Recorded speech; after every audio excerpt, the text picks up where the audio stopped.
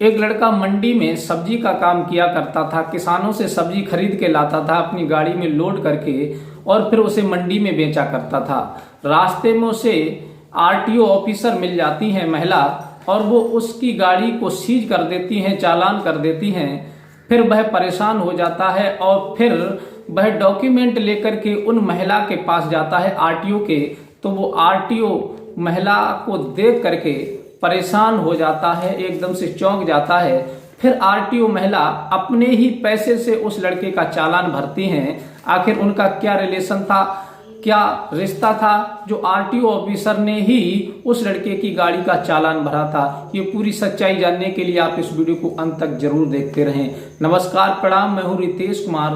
दरअसल आज की जो सच्ची कहानी मैं आपके लिए बताने जा रहा हूं, ये सच्ची कहानी भोपाल में एक मंडी है। उस मंडी में एक लड़का जिसका नाम निरोत्तम था। निरोत्तम किसानों से सब्जी खरीदा करता था और वो लाकर के मंडी में बेचा करता था। इससे उसकी कुछ प्रॉफिट होती थी और अपने परिवार का भरण पोषण कर रहा था अच्छे से। और इंसान अपना जो रोजगार करता है, जो बिजनेस करता है, वो तो अपनी योग्यता के अनुसार करता है। तो कोई बिजनेस करता है, तो कोई नौकरी करता है, तो कोई मजदूरी करता है। ये उसके ऊपर डिपेंड करता है कि उसे किस चीज का अनुभव है और वो क्या कर सकता है। निरोत्तम के लिए सब्जी बेचने का अनुभव था, इस वजह से वो सब्जी बेच करके अच्छा पैसा कमा रहा था, अच्छी प्रॉफिट कर रहा था, अपना और अपने परिवार का भरण पोषण कर रहा था। धीरे धीरे यूं ही वक्त बीतता चला जाता है। तब निरोत्तम के माँ बाप कहते हैं कि बेटा अब तुम्हें शादी कर लेनी चाहिए, क्योंकि बहुत ज्यादा तुम पर प्रेशर रहता है। घर आते हो और सुबह बहुत जल्दी तुम मंडी जाना पड़ता है तुम्हारे लिए, और खेतों में किसानों से सब्जी खरीद के लाना पड़ता है। तो तुम ऐसा करो कि अपना विवाह कर लो, तो तुम्हारी पत्नी तुम्हारी हेल्प करेगी। सुबह जल्दी तुम्हें खाना मिल जाया करेगा और शाम को जब आओगे तब वो तुम्हारी देखरेख अच्छी करेगी, और तुम्हारे थके जब आते हो तो कम से कम तुम्हें टाइम से खाना तो मिलेगा। ये बात जब वो कहते हैं तो उसके भी समझ में आ जाती है कि चलो माँ बाप कह रहे हैं तो हमें शादी कर लेनी चाहिए।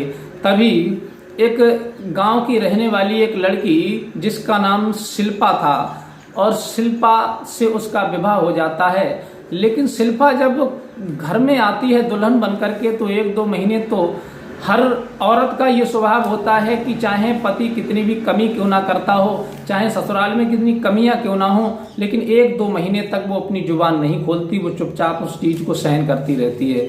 लेकिन जब कुछ दिन बीतते हैं शिल्पा के लिए अपने पति निरोत्तम के साथ रहते हुए, तब वो एक दिन अपने पति से कहती है कि निरोत्तम एक बात बताओ, तुम ये मंडी में जाते हो, सब्जी का काम करते हो, आखिर इससे क्या प्रॉफिट कर लेते हो तुम? ये कोई काम है? अरे कोई अच्छा काम करो, कोई बिजनेस करो, कोई ऊंची प्रॉफिट हो जिसमें हमारा अच्छा नाम हो, समाज में पहचान हो। और तुम क्या सब्जी बेचते हो? ये गंवारों वाला काम है, इसलिए तुम ये काम छोड़ दो, कोई और काम कर लो।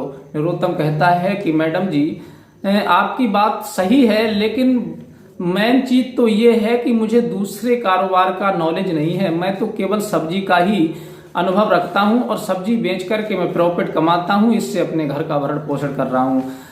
मैं ये काम नहीं छोड़ सकता क्योंकि मुझे दूसरा काम आता ही नहीं है।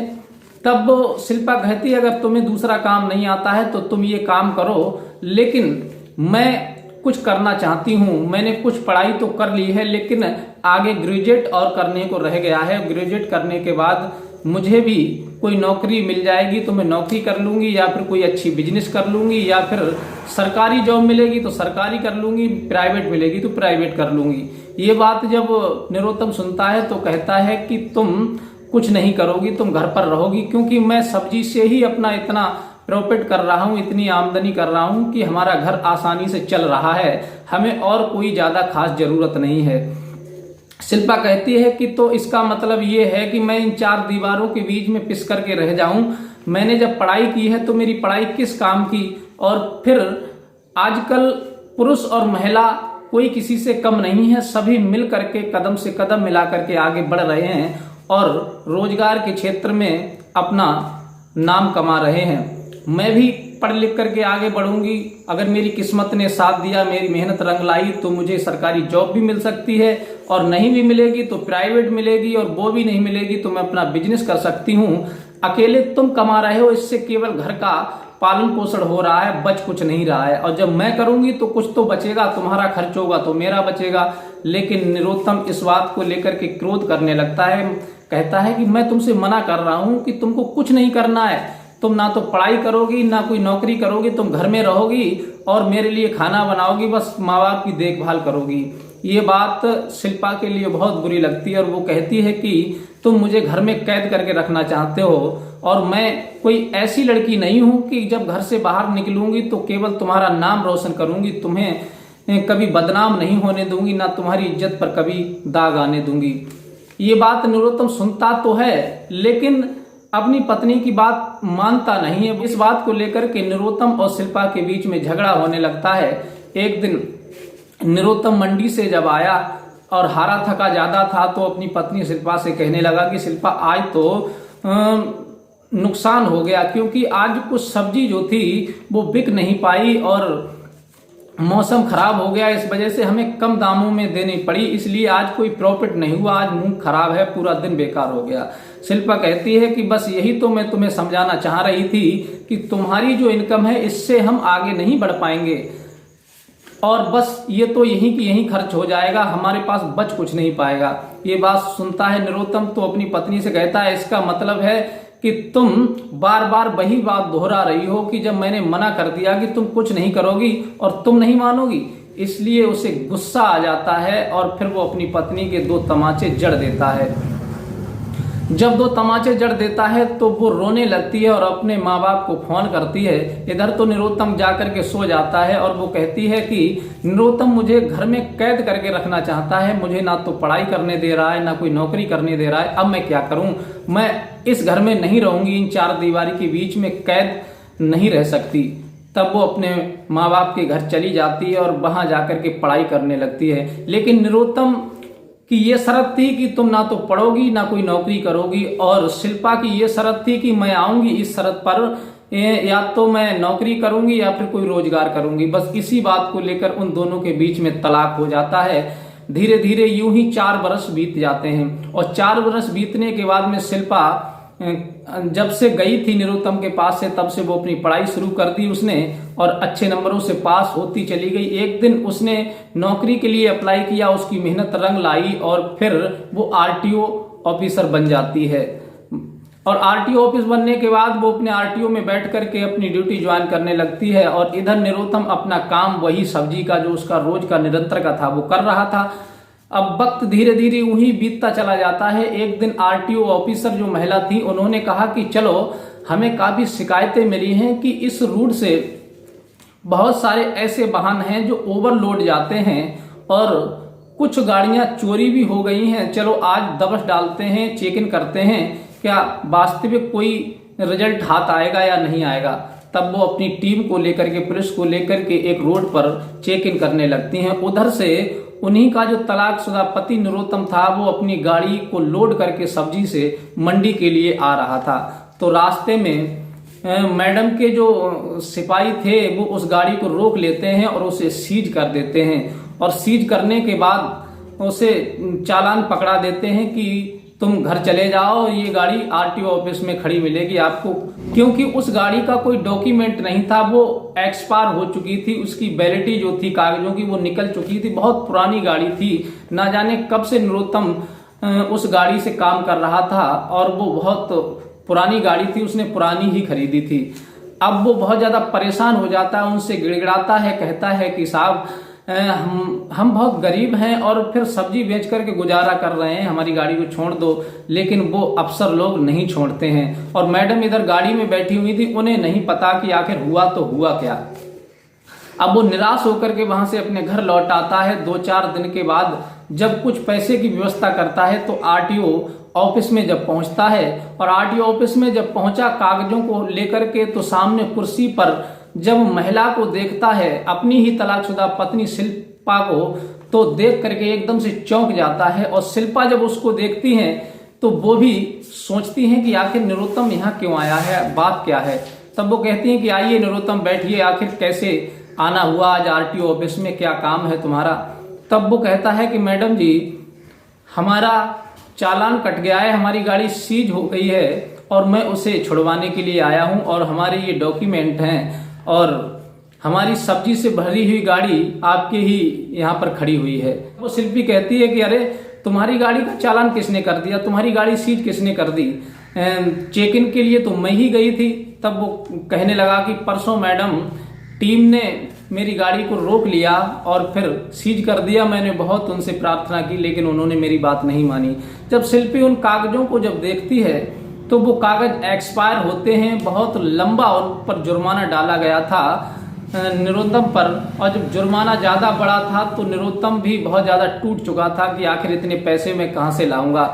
तब वो कहता है कि मैडम मैंने कर्ज लिया है और फिर अपनी गाड़ी छुड़वाने के लिए, और फिर मैं अपने कागजों में गाड़ी की वैलिडिटी भी बढ़वाना चाहता हूं क्योंकि मेरी गाड़ी कागजों में एक्सपायर हो चुकी है। ये सुनकर के मैडम देखती हैं और सोचती हैं कि इस पे तो बहुत ज्यादा खर्चा आएगा, 50-60 हजार रुपए लगभग तुम्हारा लगेगा, लेकिन तुम सब्जी बेचने वाले व्यक्ति, तुम्हारे पास इतना पैसा कहां से आया। तब वो गिड़गिड़ाता है, कहता है कि मैडम मैं ब्याज पर पैसे लेकर के आया हूं और जो कुछ पैसा है मेरे पास मैं जमा कर रहा हूं, कम पड़ेगा तो और लेकर के कहीं से आऊंगा, लेकिन मेरी गाड़ी छुड़वा दीजिए क्योंकि गाड़ी के बिना मेरा धंधा है चौपट हो चुका है और मैं पैदल हो चुका हूं, ना तो मेरी कोई इनकम है ना कोई आय है, आखिर मैं अपनी जीविका और अपने परिवार का भरण पोषण कैसे करूंगा। ये सुनकर के शिल्पा कहती है कि अब तुम्हें याद आ रहा है, मैं तुम्हें उस समय इतना समझा रही थी कि हमें भी कुछ करने दो, पढ़ने दो, कोई जॉब करने दो या फिर बिजनेस करने दो। तुम्हें तो अपनी कमाई पर बहुत बड़ा अभिमान था, घमंड था, अब तुम इधर उधर से कर्जा ले रहे हो, आखिर इस पैसे से जो तुम सब्जी बेचते हो इससे अपना भरण पोषण करोगे, परिवार चलाओगे या फिर कर्जा निकालोगे, क्या करोगे। तुम उस समय मेरी बात को नहीं मान रहे थे कि हमारे पास बहुत इनकम है, बहुत ज्यादा पैसा कमाते हैं। ये बात अपनी पत्नी की सुनकर के वो शर्मिंदा हो जाता है, सर को नीचे कर लेता है और कुछ कहने की स्थिति में नहीं रहता। तब वो कहती है कि तुम परेशान मत हो, तुम्हारा जो चालान है वो मैं अपनी तरफ से भर देती हूँ। तब शिल्पी जो थी वो चालान अपनी तरफ से भर देती है और उनकी गाड़ी जो सीज होती है उसे भी छोड़ देती है और उन कागजों की वैलिडिटी भी कहकर के कर्मचारियों से बढ़वा देती है।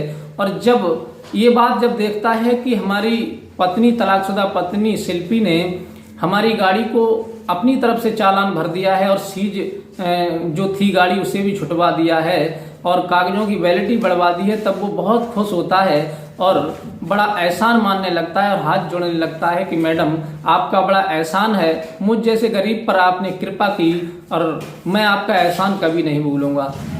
तब शिल्पा कहती है कि इसमें एहसान वाली बात कोई नहीं है, बस यही है कि इंसान को जब तक ठोकर नहीं लगती तब तक इंसान की समझ में नहीं आती। अब तुम्हें ठोकर लग गई है तो हो सकता है अब तुम्हारे समझ में आ जाए कि हाँ हमें इनकम की जरूरत है, इससे ज्यादा भी पैसे की जरूरत है, क्योंकि इंसान जब 4 पैसे कमा लेता है तो वो सोचता है कि हम बहुत बड़ी इनकम कमा रहे हैं, लेकिन आज के दौर में जितना पैसा होता है उतना ही कम होता है और जितना आदमी कमाता है उतनी ही उसकी जरूरतें और ज्यादा बढ़ जाती हैं। एक इच्छा को वो पूरी करता है तब दूसरी इच्छा प्रकट हो जाती है, दूसरा काम लग जाता है। इसलिए विशेष कर ध्यान रखो कि तुम्हारी जो इनकम है इससे कुछ गुजारा नहीं होने वाला है। अगर मैं तुम्हारे इस चालान को नहीं भरती, गाड़ी को नहीं छुड़वाती तो सालों साल तुम कर्जे में डूबे रहते और कभी भी आगे नहीं बढ़ पाते, ना ही चैन से खा पाते, न चैन से रह पाते। अब वो बहुत ज्यादा शर्मिंदा हो जाता है और कहता है कि मैडम जी अब आप मुझे माफ कर दीजिए, मुझसे बहुत बड़ी गलती हो गई जो मैंने आपको समझा नहीं। मैं तो ये समझ रहा था कि तुम साधारण गांव की लड़की हो, आखिर क्या पढ़ लिख करके कुछ कर सकती हो, पैसा बर्बाद और हो जाएगा, लेकिन मुझे नहीं पता था कि तुम इतनी होनहार और काबिल निकलोगी जो समाज में नाम अपना रोशन कर लोगी। आज तुमने हमारा सीना गर्व से चौड़ा कर दिया, लेकिन कोई बात नहीं, हमारा तुम्हारा तलाक हो गया है, लेकिन हमारा सीना अब भी गर्व से चौड़ा है कि हमारी पत्नी एक आरटीओ अधिकारी है। तब वो कहता है कि मैडम जी अगर आप बुरा ना मानो तो मैं आपसे एक बात कहना चाहता हूं कि आप मेरे साथ मेरे घर चलने की कृपा करेंगी। तब वो कहती है कि मैं तुम्हारे घर कैसे जा सकती हूँ, मैं तो किसी लायक हूं नहीं और तुम सब कुछ लायक हो, तुम भाई व्यापारी हो, व्यापार करते हो। तब वो कहता है कि मैडम जी अब मुझे शर्मिंदा मत कीजिए, मैं वैसे भी बहुत ज्यादा शर्मिंदा हूँ आपके सामने। वैसे तो मैं आपको अपनी नजरों में कुछ नहीं समझ रहा था, लेकिन आज मैं आपके सामने नतमस्तक हूँ, आपने मुझ पर बहुत बड़ा एहसान किया है। तब शिल्पा कहती है ठीक है, अगर बहुत ज्यादा शर्मिंदा हो तो मैं तुम्हें सोच करके बताऊंगी। फिर शिल्पा अपने घर जाती है, शाम को अपने माँ बाप से परामर्श करती है। तब उसके माँ बाप कहते हैं कि बेटी कोई बात नहीं, गलती इंसान से ही होती है। अगर तुम्हारा पति तुम्हारे आगे झुक रहा है, नतमस्तक हो रहा है, अपनी गलती को महसूस कर रहा है और पश्चाताप कर रहा है, तो उसे माफ कर दो, एक चांस दे दो और फिर उसके साथ रहो। ना तो उसने दूसरी शादी की है, ना तुमने दूसरी शादी की है। तब शिल्पी उसे फोन करके कहती है, ठीक है, मैं तुम्हारी बात से सहमत हूं और तुम्हारे साथ रहने के लिए तैयार हूं, बस ध्यान रखना कि अपनी कमाई का कभी अहंकार मत करना। अब वो अच्छी तरह से नरोत्तम अपनी पत्नी को अपनी ससुराल से विदा करा के अपने घर ले जाता है और बड़े आनंद से अपनी जीविका को चलाने लगता है और हंसी खुशी से दोनों लोग, नरोत्तम अपना व्यापार करने लगता है और वो आरटीओ अधिकारी बन करके अपनी ड्यूटी करने लगती हैं। तो साथियों, ये कहानी आपको कैसी लगी और इस कहानी से आपको क्या सीख मिली, अपनी राय हमें कमेंट में जरूर दें। बस हमारी इस कहानी का यही उद्देश्य है कि इंसान अपनी पत्नी को आगे बढ़ने से कभी रोकना नहीं चाहिए। अगर पत्नी का हौसला आगे बढ़ने का है, पढ़ने का है या कुछ करने का है, तो उसका सहयोग करना चाहिए, क्योंकि पति ही एक ऐसी हस्ती होती है जो पत्नी के जीवन में खुशियां ला सकती है और पत्नी को आगे बढ़ने में उसकी मदद कर सकता है। और पत्नी को कामयाब बनाने के पीछे भी एक पति का ही हाथ होता है और पत्नी पति के ही बल पर आगे बढ़कर के पति का नाम रोशन करती है। इसलिए हमेशा पत्नी का सहयोग करें और पत्नी को आगे बढ़ने का चांस दें। अगर ये कहानी आपको अच्छी लगी हो तो हमारे चैनल को लाइक सब्सक्राइब जरूर करें, क्योंकि आपका एक सब्सक्राइब हमारे लिए बहुत महत्व रखता है और हमारा हौसला बढ़ता है। और हमारे जो श्रोता हैं जिन्होंने हमारी वीडियो पर कमेंट किया है, हमारी वीडियो को सुना है, उन श्रोताओं के नाम हैं, हमारे श्रोता हैं भुवन जोशी, इन्होंने अपने जिला का नाम नहीं लिखा है। और ये हमारे श्रोता हैं सत्यरतन सिंह, इन्होंने भी नहीं लिखा है। और हमारे तीसरे श्रोता हैं धीरेन गंगोत्री और चौथे हैं हमारे महावीर यादव। ये सभी श्रोता हमारी वीडियो पर कमेंट करते हैं और हमारी वीडियो को सुनते हैं। इन सभी भाइयों का दिल से बहुत बहुत धन्यवाद। अगर आप भी अपना नाम नेक्स्ट वीडियो में बुलवाना चाहते हैं तो कमेंट में अपना नाम और जिला लिख करके जरूर भेजें, कमेंट करें। और मिलते हैं इसी प्रकार की कोई नई कहानी के साथ, तब तक के लिए नमस्कार।